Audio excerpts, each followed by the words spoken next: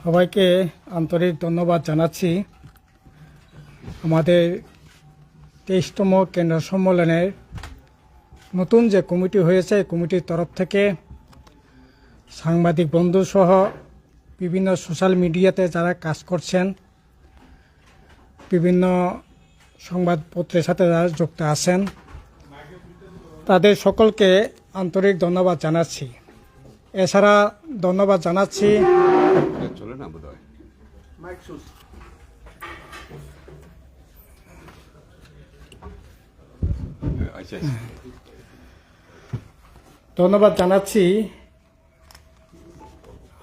আমাদের 23তম কেন্দ্রীয় সম্মেলনকে সাফল্যমণ্ডিত করে তোলবার জন্য যারা বিভিন্নভাবে সাহায্য সহযোগিতা করেছেন, ভলান্টিয়ার থেকে আরম্ভ করে প্রেস মিডিয়া, বিভিন্ন জন যুক্তি পরামর্শ দিয়ে বিভিন্নভাবে সাহায্য করেছেন।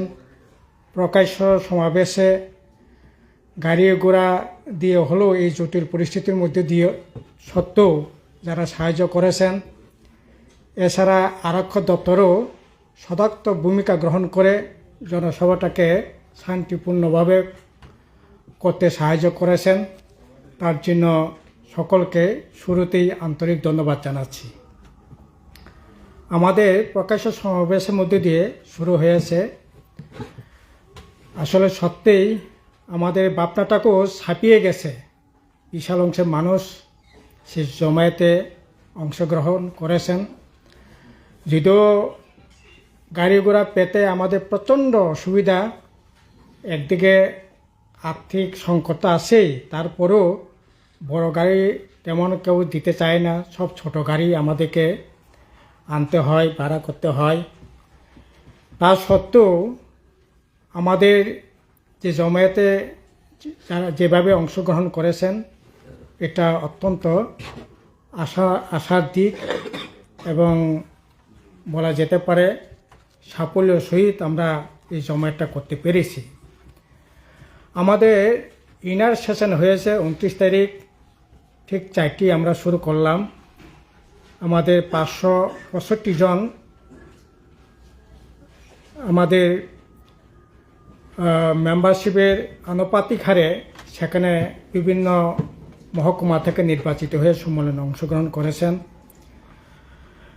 সম্মেলনে ইনার সেশনে বক্তব্য রেখেছেন উদ্বোধনী বক্তব্য বৃন্দা করাত, আমাদের আদিবাসী রাষ্ট্র অধিকার মঞ্চের ভাইস চেয়ারম্যান এবং সংগঠক, আমাদের আদিবাসী রাষ্ট্র অধিকার মঞ্চের অল ইন্ডিয়া কমিটির chairman Jitendra Chowdhury, convener doctor Polen Baske, Assam রাজ্য কমিটি থেকেও বাপ্পু বড়ো, উনিও বক্তব্য রেখেছেন।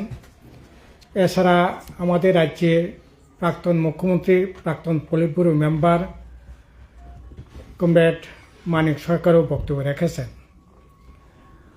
এবং আমাদের সাংগঠনিক এবং রাজনীতির যে খসড়া রিপোর্ট, এই রিপোর্টের উপর 25 জন কমরেড সেখানে আলোচনায় অংশগ্রহণ করেছেন।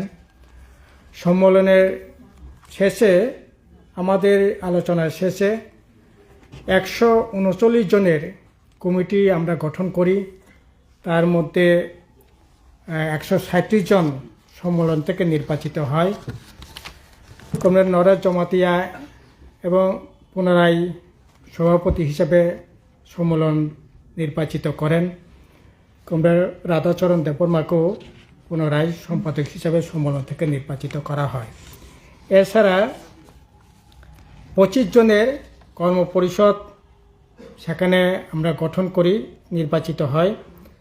এর মধ্যে 6 জন হয়েছে নতুন, এবং যারা নির্বাচিত হয়েছেন কর্মপরিষদের মেম্বার হিসাবে জিতেন্দ্র চৌধুরী, অঘোর দেববর্মা, নরেশ জমাতিয়া, রাজেন্দ্র রিয়াং, প্রণব দেববর্মা, পদ্মকুমার দেববর্মা, রমণী দেববর্মা, অরুণ ত্রিপুরা, প্রিয়মণি দেববর্মা, অমলেন্দু দেববর্মা, হেমন্ত কুমার জমাতিয়া, ললিত ত্রিপুরা, কেশব দেববর্মা, বিশ্বমণি দেববর্মা, রাধাচরণ দেববর্মা, প্রভাত চৌধুরী, পরেশ দেববর্মা, দানিয়েল জমাতিয়া, পরীক্ষিত মোরা সিং, কৃষ্ণপদ দেববর্মা নতুন, রাজেন্দ্র রিয়াং নতুন, রামচন্দ্র নোয়াতিয়া নতুন, সমীর দেববর্মা নতুন, 6 জন নতুন কর্মপরিষদে যুক্ত হয়েছেন আর কি।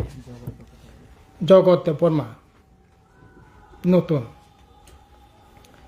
এছাড়া আমাদের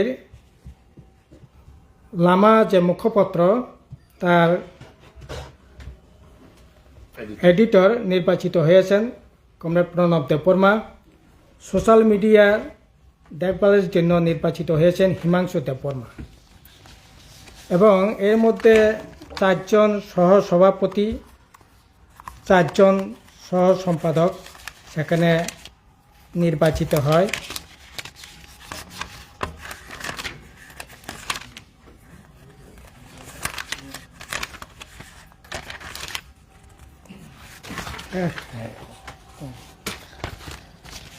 সহসভাপতি রাজেন্দ্র রিয়াং, রমণী দেববর্মা, ললিত ত্রিপুরা, হেমন্ত কুমার জমাতিয়া। সহ সম্পাদক নির্বাচিত হয় প্রণব দেববর্মা, পদ্ম কুমার দেববর্মা, প্রভাত চৌধুরী, প্রিয়মণি দেববর্মা। এই হচ্ছে সাংগঠনিক দিক থেকে আমাদের যে কমিটি ফরমেশনের জন্য যেটা হয়েছে। সম্মেলনে যেটা আওয়াজ উঠেছে এটা হচ্ছে সামনে এডিসি নির্বাচন, আড়াই মাস পরেই এডিসি নির্বাচন, আমাদের সেই যোদ্ধা লড়াই করবার জন্য অঙ্গীকার সেখানে গ্রহণ করে দৃঢ় প্রত্যয় সেখানে ঘোষণা হয়। এবং যারা বলছে, বিজেপিও বলছে 28টার মধ্যে 28টা কি করে নির্বাচিত মানে জিতবেন কথা বলছেন না। মানুষের ভোটে না প্রশাসনিক কাজকে ব্যবহার করে অর্থ বলে পেশি বলে কিভাবে জিতবেন এগুলি খোলাসা করে না বলে একটা হুমকি সুরে বলছে 28-এর মধ্যে 28। ত্রিপুরা মথা প্রদ্যুৎ কিশোরজি উনিও বলছেন 28-এর মধ্যে 28। আসলে 28-এর মধ্যে 28-এর লড়াইটা হচ্ছে ওদের লড়াই, আমরাও 28টাতে লড়াই করব, কিন্তু আমাদের লড়াই ওদের লড়াই যথেষ্ট সেখানে পার্থক্য রয়েছে। ওদের 28টার মধ্যে 28টা লড়াই হচ্ছে টাকা পয়সা, এডিসে যা আছে টাকা পয়সা আছে এগুলি লুট করো, দুর্নীতি করো, ক্ষমতা দখল করবার লক্ষ্যেই তাদের 28টার মধ্যে 28। তার জ্বলন্ত দৃষ্টান্ত হচ্ছে, প্রমাণ হচ্ছে এই যে 28টার মধ্যে আপনারা জিতেছেন ত্রিপুরা মথা 18টাতে জিতেছেন, বিজেপি 10টাতে জিতেছে, আপনারা কি সরকার চালাচ্ছেন, এডিসি প্রশাসন বোঝাপড়া করে এডিসি চালাচ্ছেন। এডিসিটা কি করলো? 28টার মধ্যে 28টা দূরে কথা, 18টা জিতে প্রশাসন এডিসি প্রশাসন আপনারা দায়িত্ব পালন করছেন, কিছুই তো করলেন না। তাহলে 28টার মধ্যে 28 করে লুটের বাণিজ্যটাকে বড় করো, ক্ষমতা দখল করো, এর জন্য ওদের হচ্ছে 28টার মধ্যে 28টা লড়াই। আমরা 28টাতেই লড়াই করব এবং আমাদের লড়াইটা হবে। এডিসি এলাকায় যে এখন ভয়ঙ্কর অবস্থা চলছে, হাহাকার চলছে, কাজ নাই, কর্ম নাই, রোজগার নাই, বাজারগুলো খা খা করছে এবং এডিসিতে একেবারে লুটতরা চলছে। এগুলি নিরসনের জন্যই আমাদের লড়াই হবে। এডিসি এলাকার যে স্বপ্নটাকে সামনে রেখে এডিসি গঠন করা হয়েছিল, ঠিক আছে 1950 সালে এডিসি গঠন আইন হয়েছে। বর্তমান চাহিদা, বর্তমানে মানুষের যে চাহিদা, সেই চাহিদার তুলনায় তার ক্ষমতা, তার প্রশাসনিক সুযোগ সুবিধা খামতি রয়েছে, ঠিক আছে। তার জন্য তো সবাই মিলে দাবি তুলছে এডিসির হাতে কিভাবে ক্ষমতা বৃদ্ধি করা যায়। কিন্তু যে ক্ষমতাগুলো আছে এগুলিও তো অন্তত পক্ষে অনেক কাজ করবার সুযোগ রয়েছে। বড় ভাষার উন্নয়নের জন্য, সংস্কৃতির উন্নয়নের জন্য, আমাদের এই যে এডিসি এলাকার জমিগুলি ব্যবহার করবার জন্য সবচেয়ে বেশি এডিসি এলাকায় যারা জুমিয়া টঙ্গরবাসী তাদের উন্নয়নের জন্য, বেকার ছেলে মেয়ে তাদের উন্নয়নের জন্য কিছুই তো করছে না, লুট চলছে। এবং যা সম্পত্তি এডিসি তিলে তিলে যে সম্পদটা গড়ে উঠেছিল, এই সম্পদটা পর্যন্ত এখন লিজে বন্ধকে রেখে মানে সেখানে চলবার চেষ্টা করছে। এই যে এডিসিতে বাইরে থেকে লোকজন গেলে পরে থাকবার জন্য সেখানে ট্যুরিস্ট লজ বানানো হয়েছিল, এখন এটা টাটা কোম্পানির কাছে বন্ধক দিয়ে দিয়েছে। খুমুলুং পার্ক, লকহাট, টুরিস্টরা যায়, যারা আপনার পার্কে যান তাদের বিশ্রামের জন্য সেখানে লকহাট করা হয়েছিল।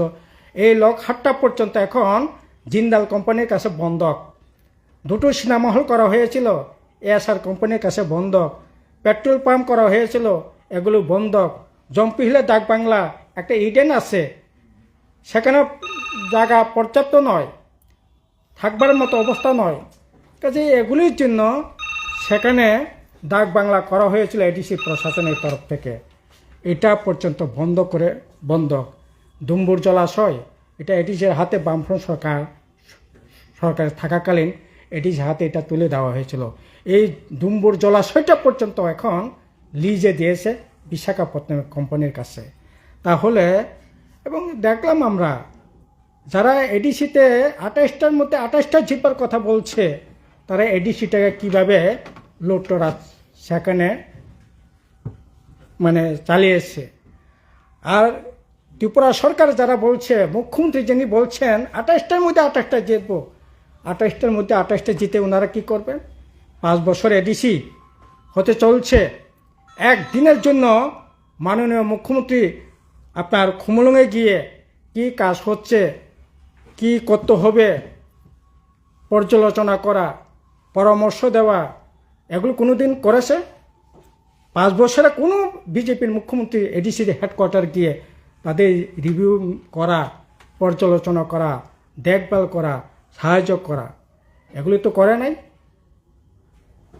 অথচ বাইরে বলছে এডিসিতে দুর্নীতি চলছে, জেলে ঢুকাবো।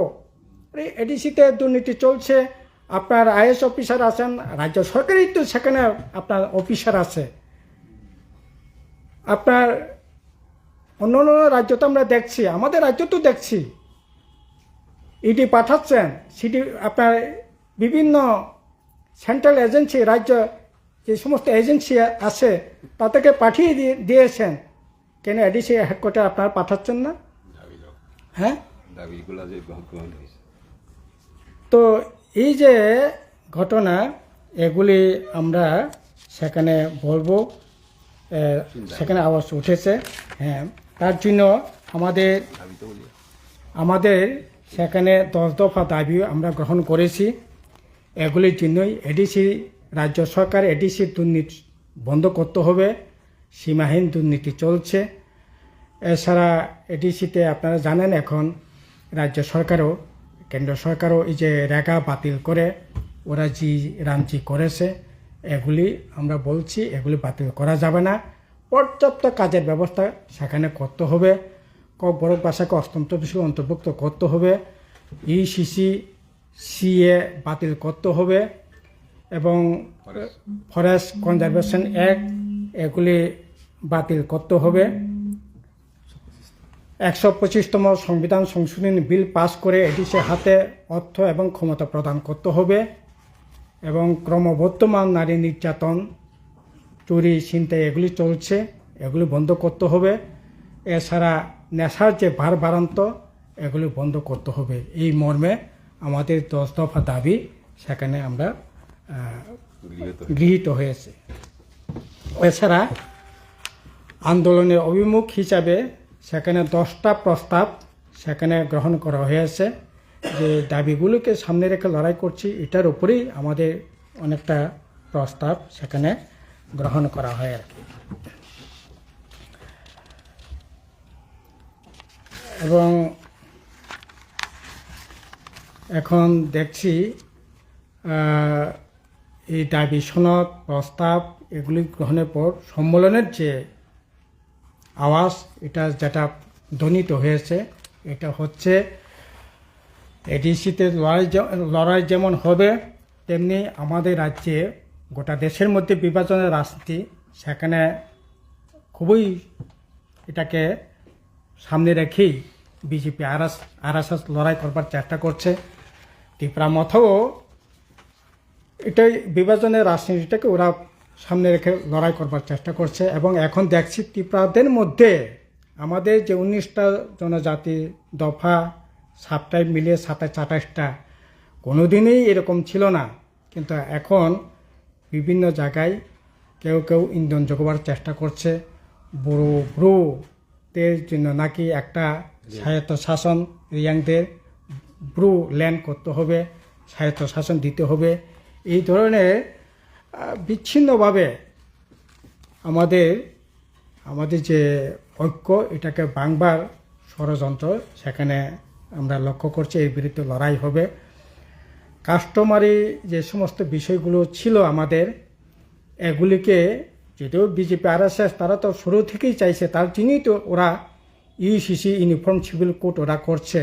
কিন্তু এখন রাজ্যেও আমাদের যে সমস্ত যে কাস্টমগুলো আছে, কাস্টমারি ল আছে, এগুলিকে তারা আসলে পুকুরে বড় মাছ যেমন ছোটো মাছকে গিলে ফেলতে চায়, সেরকম আরএসএস তার যে মনোবাদী ভাবনাটাকে চাপিয়ে দেওয়ার চেষ্টা করছে। এবং তারা বলবার চেষ্টা করছে ত্রিপ্রাসাদের আসলে আমাদের বিশেষ করে তেপরমা কমিউনিটি বা অন্যান্য রিয়াং বা জমাতিয়া, আমাদের প্রধান উৎসব দেবতা হচ্ছে গড়িয়া। কিন্তু আরএসএস সেখানে দেখাবার চেষ্টা করছে ত্রিপ্রাসাদের প্রধান মতাই বা ভগবান ঈশ্বর নাকি আপনার সেখানে মহাদেব। এইরকমভাবে বিজেপি আরএসএস তাদের যে ভাবনা, তাদের যে বিশ্বাসকে চাপিয়ে দেওয়ার চেষ্টা করছে। এগুলির বিরুদ্ধে ঐক্যবদ্ধ লড়াই সংগ্রাম, আমাদের কাস্টম এগুলিকে রক্ষা করবার জন্য সেখানে লড়াই হবে। তার জন্য এবার যেটা হয়েছে, এই যে 2026-এ জনগণনা হবে, সেই জনগণনার মধ্যে ট্রাইবেলদের মধ্যে যারা হিন্দু আছে, তারা হিন্দু যারা লিখতে চায় লেখক, এতে আপত্তির কিছু নাই। কিন্তু হিন্দু ব্যতি রেখে অন্য যদি বিশ্বাস, অন্য ধর্মের প্রতি বিশ্বাস যদি সে লিখতে চায়, এই কলামটাও যাতে রাখার জন্য আমরা দাবি তুলছি। আদিবাসীদের মধ্যে যে ধর্মকে বিশ্বাস করে আর কি, এটা আলাদা করে কলাম যাতে রাখা হয় জনগণনা ক্ষেত্রে। কাজেই এই বিষয়গুলি মোটামুটিভাবে আলোচনা হয়েছে। আর পলিটিক্যাল বিষয় তো আমরা জনসভাতেও বলেছি, কথা বলেছি, সেই বিষয়গুলি মোটামুটিভাবে আলোচনা হয়েছে আর কি। একটা বিষয় এখন আমি একটু প্রেসিডেন্ট যোগ করেন। বিষয়টা হলো সম্মেলনে আমরা আলোচনা করেছি এবং সম্মেলন ঐক্যবদ্ধভাবে এই ডিসিশন বা মত প্রকাশ করেছে যে আমাদের দেশে এখন ক্ষমতাসীন আরএসএস পরিচালিত বিজেপি নেতৃত্বে এনডিএ যে সরকার, এটা চরম দক্ষিণপন্থী সাম্প্রদায়িক এবং নয়া ফেসিবাদী সরকার। এটাকে পরাস্ত না করলে পরে ভারতবর্ষের সংবিধান, ভারতবর্ষের মানুষের গণতান্ত্রিক অধিকার রক্ষা করা যাবে না। কাজেই আজকে বিপন্ন ভারতবর্ষের মানুষ বিজেপিকে পরাস্ত করতে হবে।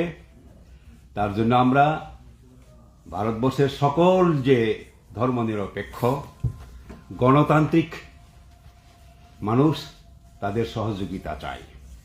আমাদের রাজ্যে আমরাও এই সিদ্ধান্ত নিয়েছি যে বিজেপিকে পরাস্ত করতে হবে আগামী দিনে। তার সঙ্গে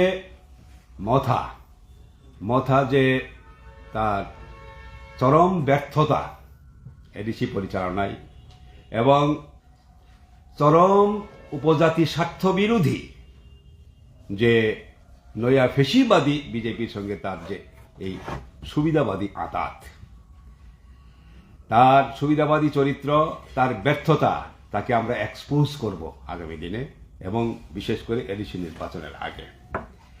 তারপরেও শত্রু আমাদের সামনে একদিকে বিজেপি আর একদিকে মথা দুটোই। তারপরেও সম্মেলন এটা সিদ্ধান্ত গ্রহণ করেছে এই দুটা শত্রুর মধ্যে প্রধান শত্রু কোনটা? প্রধান শত্রু বিজেপি। এই বিজেপিকে পরাস্ত করার জন্য যারাই আমাদের সঙ্গে আসতে চায় তাদের সঙ্গে আমরা ঐক্যবদ্ধভাবে লড়াই করে বিজেপিকে পরাস্ত করার চেষ্টা চালিয়ে যাব, এটা আমাদের সম্মেলনের সিদ্ধান্ত। আর একটা বিষয়, স্ক্রিপ্ট নিয়ে যেটা লড়াই হচ্ছে এখন, আমাদের পরিষ্কার বক্তব্য হচ্ছে বড় ভাষা যখন স্বীকৃতি পায় তখন কোন স্ক্রিপ্টে হবে এটা কোনো উল্লেখ নেই। কাজেই তৎকালীন সময়ে স্কুল ছিল না, লেখাপড়ার লোক জানার লোক ছিল না, বাংলা ভাষাতেই লেখাপড়া হতো, তার নিরিখেই বাংলা স্ক্রিপ্টেই লেখাপড়া হয়েছে। এখন দিনকাল পাল্টেছে, বিজ্ঞান প্রযুক্তি উন্নতি হচ্ছে, নেট মিডিয়া এগুলি আসছে, কাজেই স্বাভাবিক কারণে রোমান স্ক্রিপ্টের চর্চাটাও, ইংরেজি লেখাপড়ার চর্চা বেড়েছে, কাজে সেই দিক থেকে রোমান স্ক্রিপ্টের বিষয়গুলো আসছে। আমরা বিরোধিতা করছি না। আমাদের সরকার থাকাকালীনে রোমান স্ক্রিপ্টে যারা লিখতে চাই লিখেছে, বাংলা স্ক্রিপ্টে যারা লিখতে চাই লিখছে।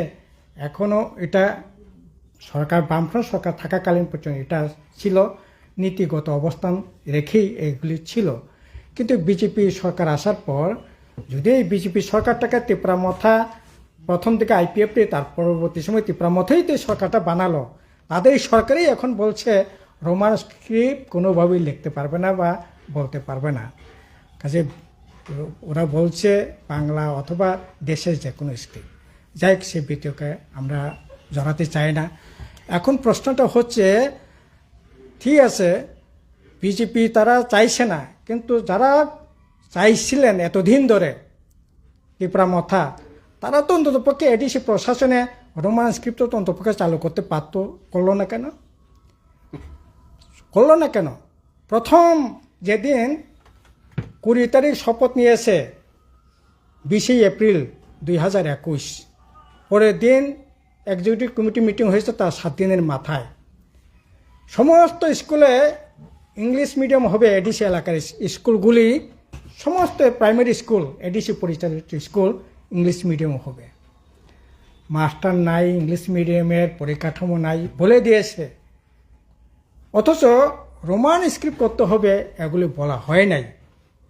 এখনও এডিসি এলাকার স্কুল অন্তত পক্ষে রোমান স্ক্রিপ্ট তো চালু করতে পারতো, করলো না তো। শুনলাম এবার নাকি ওরা সিদ্ধান্ত নিয়েছে। আরে এবার সিদ্ধান্ত নিয়ে কি হবে? 2 মাস পরে ভোট হবে। আয়ু শেষ, হ্যাঁ, আর তাদের আয়ুই তো শেষ। তো দরদ কি রকম, কার প্রতি কি রকম দরদ, এটা তো সহজেই প্রমাণ, মানে আমরা চোখের সামনে দেখছি। ঠিক আছে, এগুলি মানুষের সামনে আমরা তুলে ধরবো আর কি। আচ্ছা, আপনি বলছেন বিজেপি প্রধান শত্রু, আর মথা শত্রুতার মাত্রা কিভাবে মূল্যায়ন? হুম, আপনি বলছেন যে বিজেপি হচ্ছে প্রধান শত্রু, ইয়েস, মথার মথাও শত্রু, কিন্তু প্রধান শত্রু বিজেপি। কারণ বিজেপি তো ন্যাশনাল। হ্যাঁ, বিজেপি যদি না আসলো তাহলে এই যে এই রাজ্যের বিভেদকামী সন্ত্রাসবাদীদের যে পলিটিক্যাল পার্টিগুলি, যাদেরকে আমরা অনেক লড়াই সংগ্রাম করে কোণঠাসা করে প্রায় নির্মূল করে দিয়েছিলাম সন্ত্রাসবাদী সমস্যাকে, সন্ত্রাসবাদীদের সঙ্গে যারা, সন্ত্রাসবাদীর মদত যারা দেয়, আইপিএফটিকে বড় করেছে তো বিজেপি এসে। বিজেপি পেছন থেকে মদত না দিলে 2018 সালে এই ঘটনা হতে পারে না। আইপিএফটিও হয় না, তিপ্রামথাও হয় না। ত্রিপুরামথাকেও আজকে মদত দিচ্ছে বিজেপি। বিজেপি নাই, ত্রিপুরামথাও নাই, মথাও নাই। This is our decision. হ্যাঁ, But do you consider the IPFT as an insurgent group? You are saying- no no no no. Then how? What do you mean by Santraswadi? সন্ত্রাসবাদী means arrogancy. actually IPFT once captured the power of ADC also in 2000. At that time, it was clear that IPFT is nothing but the political wings of the then extremist NLFT. They are the political wings. I don't say they are extremists, but they are political wings of that underground organization, NLFT. But you could have banned them at that time. You were in power. Yes, we know, but any political party, they have their right to work in a democratic country. It is their democratic right. We know, but they are openly they are acting like a democratic party. They have registration, so we think we should not ban them, but we fought strongly against their extremist underground NLFT. তাহলে সরাসরি রাজনৈতিক দল হিসেবে কাদেরকে আপনারা অভিযোগ করছেন যারা সন্ত্রাসবাদীদের মদত দিচ্ছে? সন্ত্রাসবাদীদের রাজনৈতিক উইংস আর সন্ত্রাসবাদী এক না, তাদেরই একটা অংশ আন্ডারগ্রাউন্ডে ছিল। তারা এখন it is open secret, everybody knows. No, once someone surrenders, comes to a democratic fight, that in your party also there may be Yes, someone. yes. But you can't stop them, no? No. Any outlawed extremist group, if they left their wrong path, their arms, then they can come back to the mainstream democratic system, and they are welcome. তারা যে এখন রাজনৈতিক Yes, দলে যে আছে, কোনো আপনারা স্বাগত জানাচ্ছেন। yes, যদি অস্ত্র পরিহার করে, তাদের ভুল পথ পরিহার করে, আমরা তাদের স্বাগত জানাবো। এখনো যারা এই কাজ করেছে তাদেরকে আমরা এক্সট্রিমিস্ট বলে অ্যাকিউজ করি না। They are working in our democratic system. তখনকার সময়ে বামফ্রন্ট সরকার তো এই আবেদনটাই করেছিল, আপনারা উপজাতিদের জন্য লড়াই করছেন বলে অস্ত্র নিয়ে তারা জঙ্গলে তারা চলে গিয়েছে, আমরা আহ্বান করেছি আপনারা স্বাভাবিক জীবনে ফিরে আসুন, গণতান্ত্রিক আন্দোলনের সাথে যুক্ত হন, সেটার আমরা বিরোধিতা করব না। বরংস মাননীয় মুখ্যমন্ত্রী এখন জায়গায় জায়গায় বক্তৃতা করে বলছেন সন্ত্রাসবাদীরা এই করেছে সেই করেছে, খুন করেছে, কত না কি রক্ত শুষে খেয়েছে, এই সমস্ত কথাবার্তা বলছেন। এটা একেবারে কোনোভাবেই ডেমোক্রেসি একটা ইয়েতে এটা কোনোভাবেই ঠিক নয়। এটা অস্বীকার করা ঠিক না যে গণমুক্তি পরিষদের শত কমরেড, আমাদের নেতা কর্মী এক্সট্রিমিস্টদের বিরুদ্ধে লড়াই করতে গিয়ে they leave their lives, they sacrifice their own lives. এটাকে অস্বীকার করা, যদি আমরা শান্তি সম্প্রীতি চাই এই রাজ্যের মধ্যে, উই শুড নট। এই Deny. দুই দশকে গণমুক্তি পরিষদ এবং কমিউনিস্টদের আমাদের উপজাতি অংশের মানুষদের প্রায় 1100 মতো কর্মী খুন হয়েছে, অন্য কোনো পলিটিক্যাল পার্টির মধ্যে নেই এটা। কোনটা কি মানে পলিটিক্যাল নাকি মিলিটেন্ট, কোনটা বলছেন? এখানে পলিটিক্যালও আছে কিছু এবং ম্যাক্সিমাম এক্সট্রিমিস্টদের দ্বারা। কমিটিটা একটু কমিটি